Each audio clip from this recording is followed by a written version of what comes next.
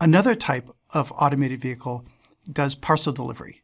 Either these are small parcels to stores or to houses to retail customers. The idea here is short-range, so-called last-mile delivery, and there are a variety of vehicles, some of which operate on roads just like cars. Some are restricted to bike lanes, so they're a bit smaller, and some of them are even smaller and they run on sidewalks. There have been demonstrations in several different cities concentrating on parcel delivery, especially during the COVID-19 pandemic when lots of people want to do online shopping and get delivered to their home. The safety approach initially is that there's a trailing vehicle keeping an eye on things, or a trailing person walking depending on the size and configuration of the delivery robot. Later, the industry plans to have remote monitoring of one person monitoring a number of bots and just helping them when they get into trouble.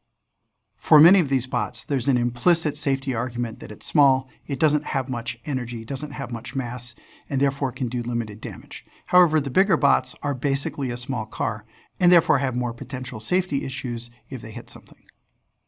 There have been some incidents with sidewalk bots really irritating city dwellers.